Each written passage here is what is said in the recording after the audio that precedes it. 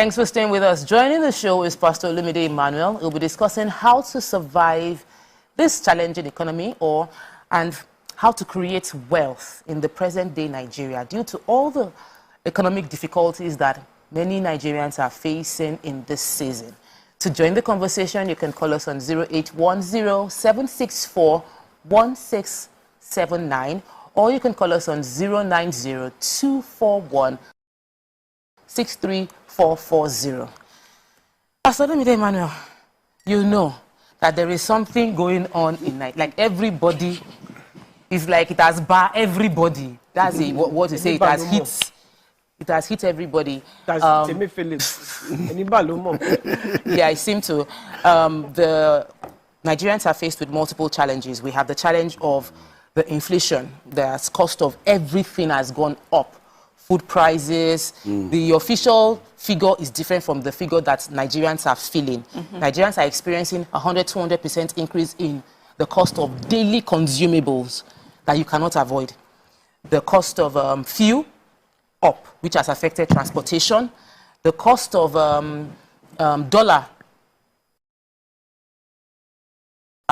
is floating. So it means today you are buying for 7 something, tomorrow you are buying for over 800 naira.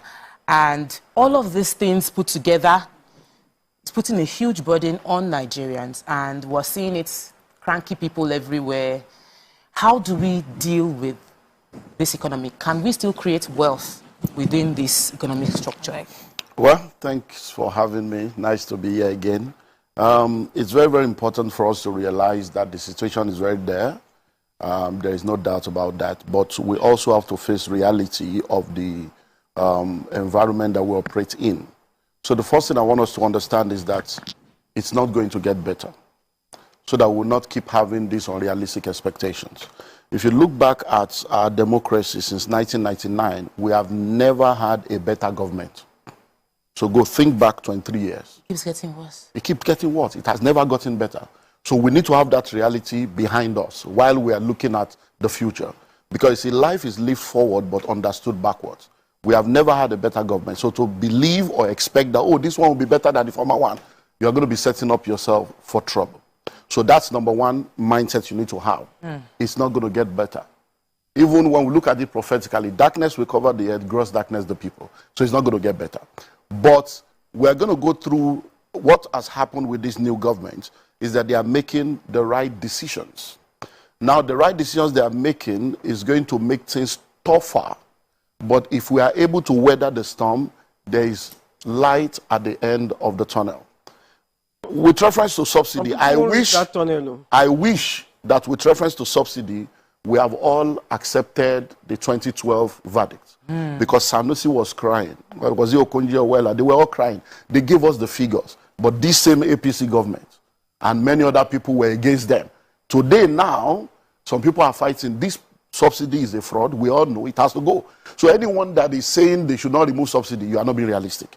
Because we are at the bottom of the bottom of the bottom. So subsidy must go. The challenge is always, should it go now? What do we need to put in place before it go? All those are stuff we will discuss with time. But that it must go, it has gone. Number two, the floating of the dollar. It's a good decision. But one thing we need to understand is that there's what we call the gestation period for every policy. When a policy is made, it takes between 6 months to 2 years, all other factors being considered, before the benefit of that policy begins to come. So all these ones we think things are tough. It's not tough.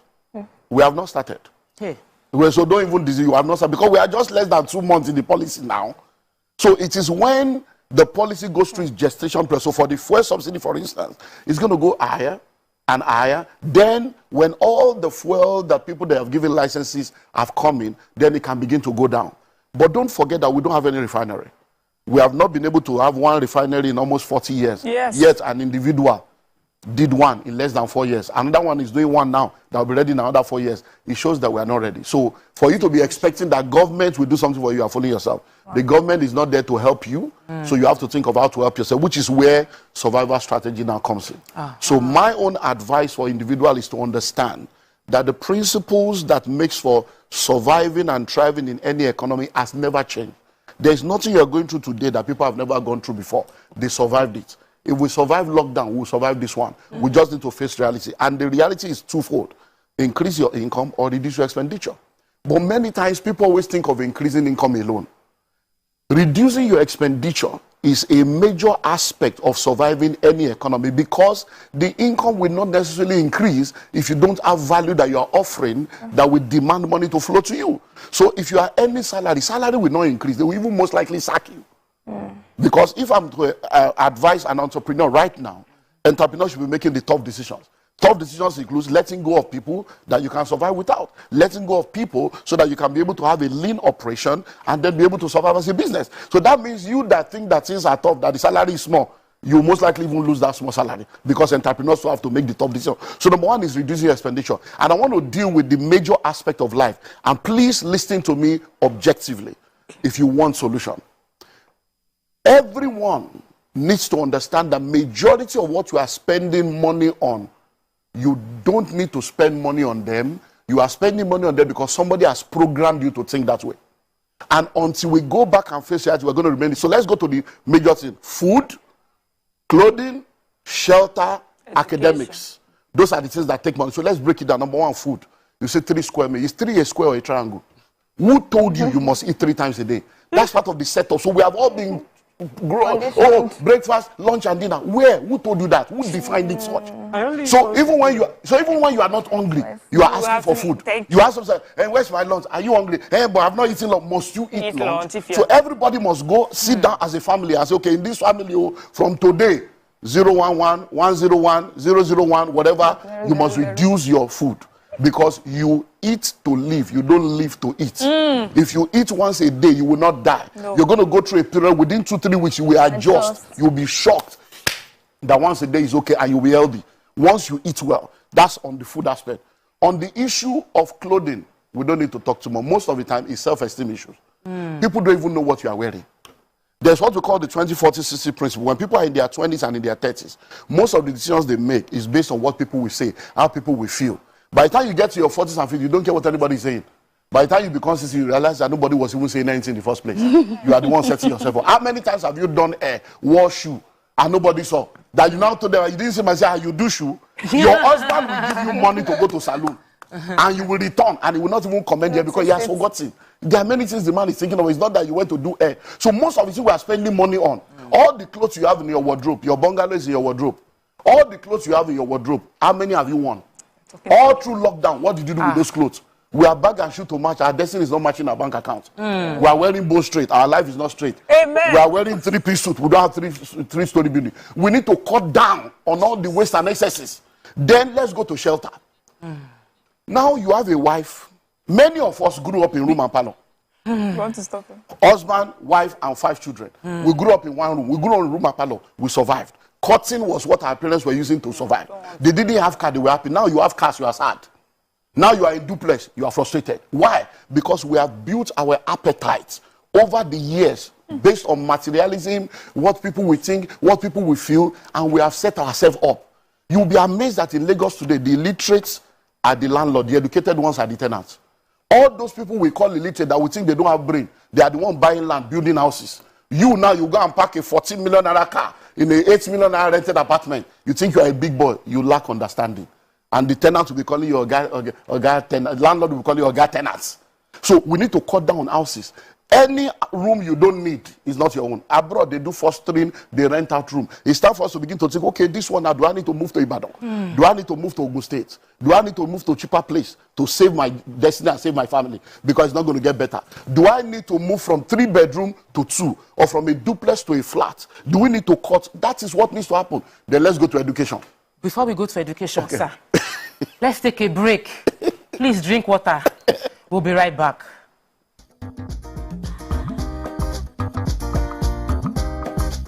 Stay tuned. Ladies and gentlemen, make welcome the one who can make time stand still forever, Mr. Kelechi Amadi. How are you doing, sir? I'm good, my brother. You love that intro, Abby? Yeah. It was great. Okay. Thank you. We try like that. Thank you. Now my question, which I feel is a cheap question. Go ahead. What does ISO stand for?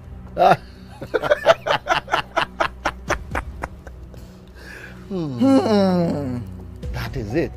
I think I'll drink. No, you're joking. I'm not joking. Kelechi Amadi. No. Shay, you didn't whine me. You're whining me now. I think I'll drink. No problem. Okay. I've always known this as ISO. I never bothered to know what it means. I know what it means, but I never bothered to know what the acronym is. Tell me the brand of camera that I use, so much so that I even became an ambassador. That's very easy.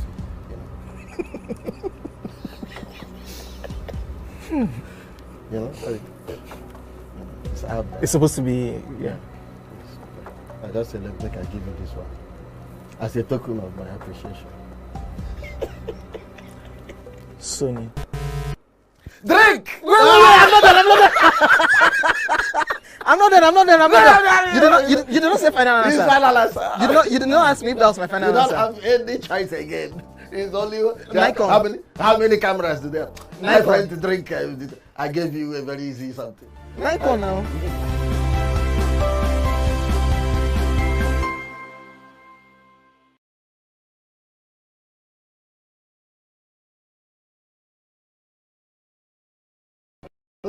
Ladies and gents, welcome the grand comedian of the Federal Republic of Nigeria, Gbenga Adeyinka the First. OJ right here, 7 of 7, like you already know. Gbenga right here, 7 of 7, like I'm beginning to know.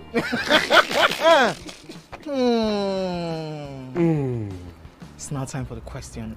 You don't scare me one bit. Bata, I go drink. So. Okay. So.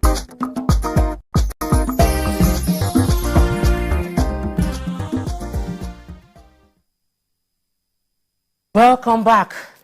Dr. Olumide Emmanuel has been giving us some gbas that we need in the season. And some of us are already reanalyzing our expenditure, even right on the show. You need to act on these things. You were going to go into education. So let's go into education. Number one, who told you that you must go to school? Where did you get the idea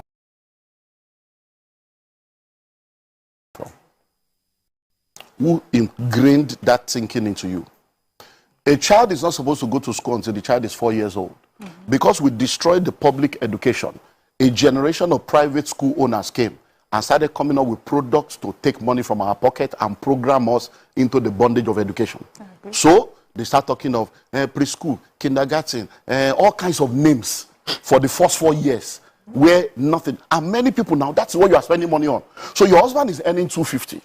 You are earning 80,000 or 100,000. So the total money coming to your family is 350. The school fees you are paying is 200. Where is the wisdom? Can't somebody stay at home and say, look, you know what? For the first 4 years of my child's life, I'm going to stay. I'm going to homeschool this child. My husband, you'll be working. I will stay at home.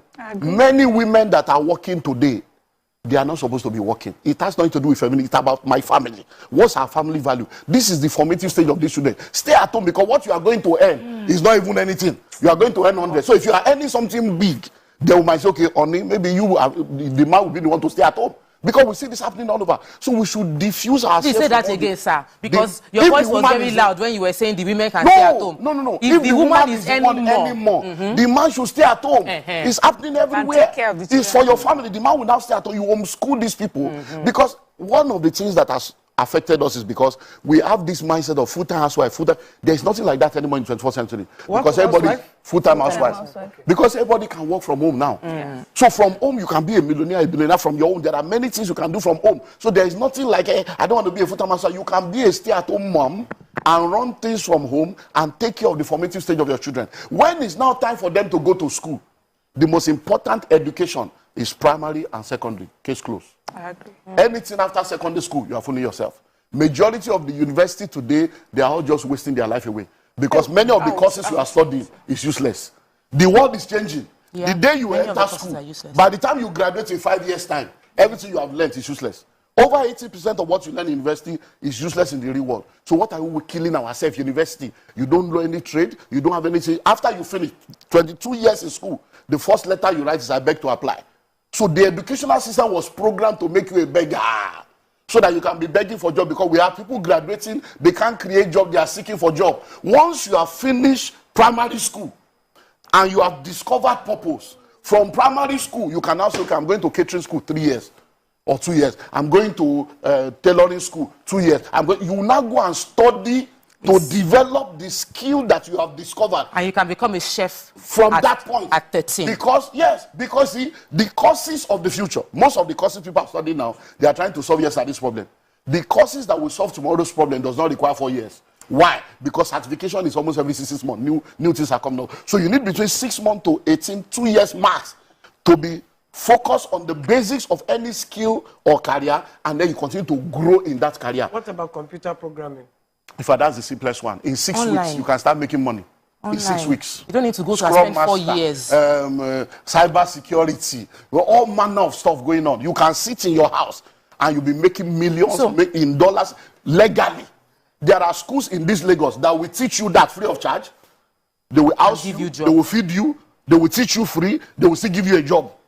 And then you will pay back when you get a job over a period of time. School free in this Lagos. People are not looking for that. They want to go and do 4 years, and then 4 years that will become 6 years because it's the programming.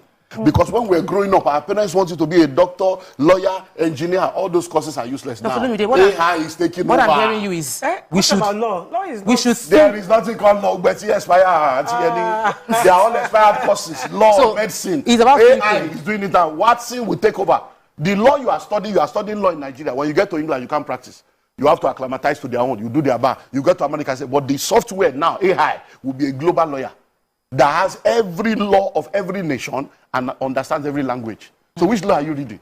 We are just wasting time. It's a programming that we have not yet understood. And we are still following that assembly line. So I argue with all this medicine.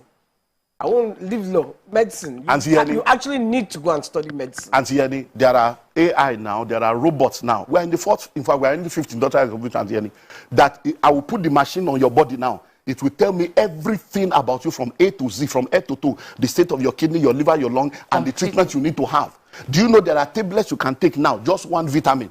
Everything you need for a whole day is inside. You don't need to eat. Sir, I agree with most of the things. And you'll be okay.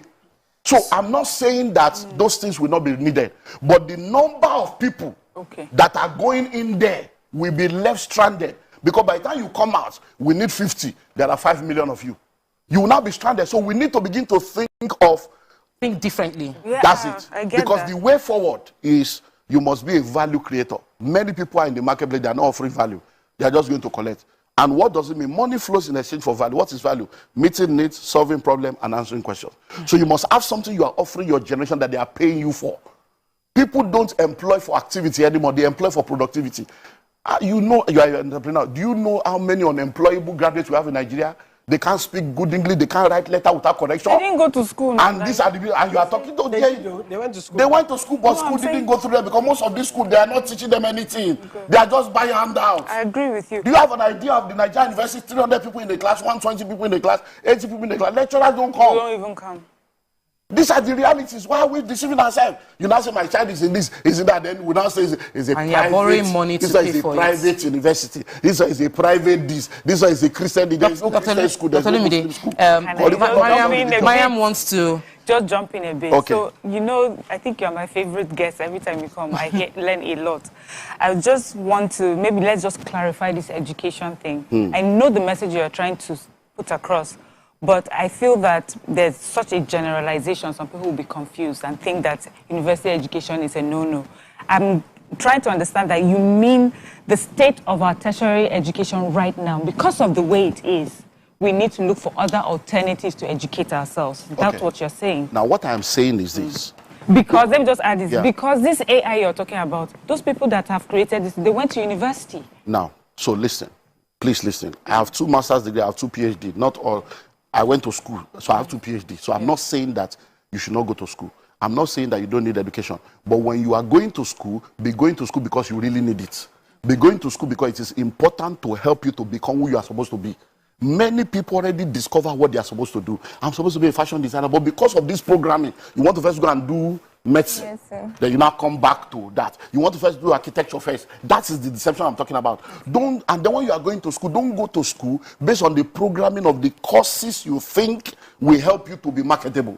Go to school to study the courses that will help you to solve the problem of the world you are living in. Many of us are mirroring our parents' dreams and desires.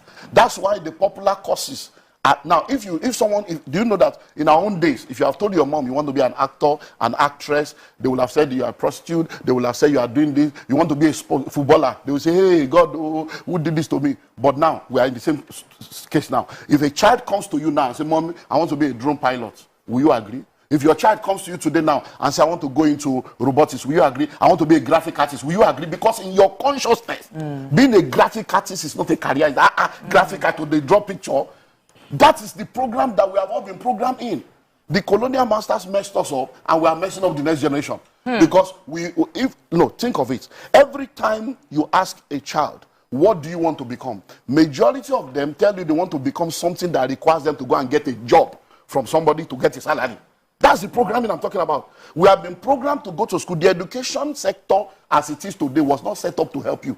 It was set up to create workers for the marketplace for capitalists. So it's for us to now know that, look, I'm not going to be a pawn in that. I'm going to go to school to learn to earn, to learn to develop my skill so that I can be skillful, to be able to offer value so that money will flow. Okay. Toby wanted to throw in something. Yes. Are you going to education or you're doing? He has hinged on it. Because, sometimes I feel like this programming that you speak about has been so in-depth in our hearts. Yeah. And it's difficult to step away from.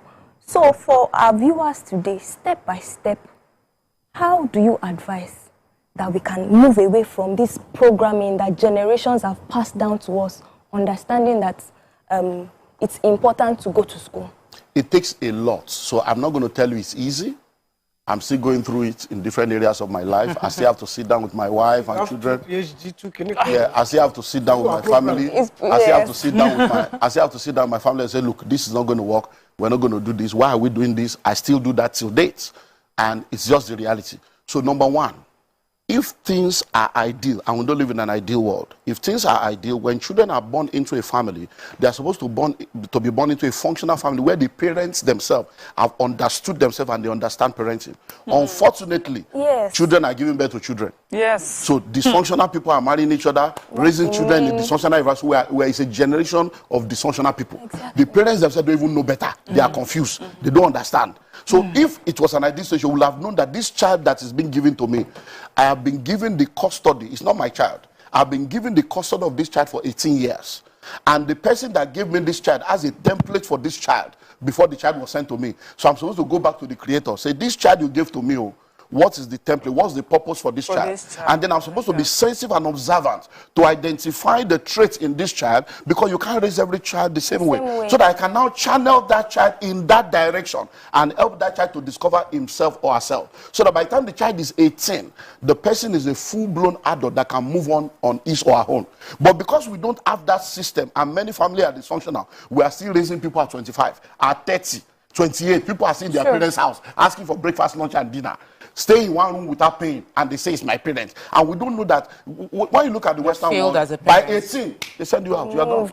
Because anything that, yes, you start paying anything after 18 is in the podcast. You have only 18 years. 16. Yeah. So, but because we don't have that, at 23, we are still following them to interview. At 25, we are still trying to, and that is why we are raising children. Look at marriages today. A lot of men are children. A lot of women are children. It's because they have been mummified all their life. They have not been allowed to face the reality of life. So it's a continuous cycle. So how do we step away from that? So it's for all of us that are listening to me right now to begin to realize that, number one, we can do things differently. Go back, identify the things you are doing wrong, identify the areas of deficiency, and come together as a family to make a commitment to say this and this and these are things that will begin to change. E.g., food. In my family now, for many years, 3 square meal has never been part of. My son, even my 10-year plus, the last baby of the house, cannot come and say that, where's my lunch? He can't say that. From 6 years old, he can't say that. He only comes, I'm hungry. When you are hungry, you come for food, we give you food. If you are not hungry, no food. Sometimes he will not eat till 2. You will say, I'll breakfast. I say, no, I'm okay, I'm not hungry. I'm like, wow. It works. So it's a process you have to go on little by little. Little by little. My children are hungry 5 times a day. No, if they are hungry 5 times a day, you give them food 5 times a day. Because you don't raise them with poverty mentality.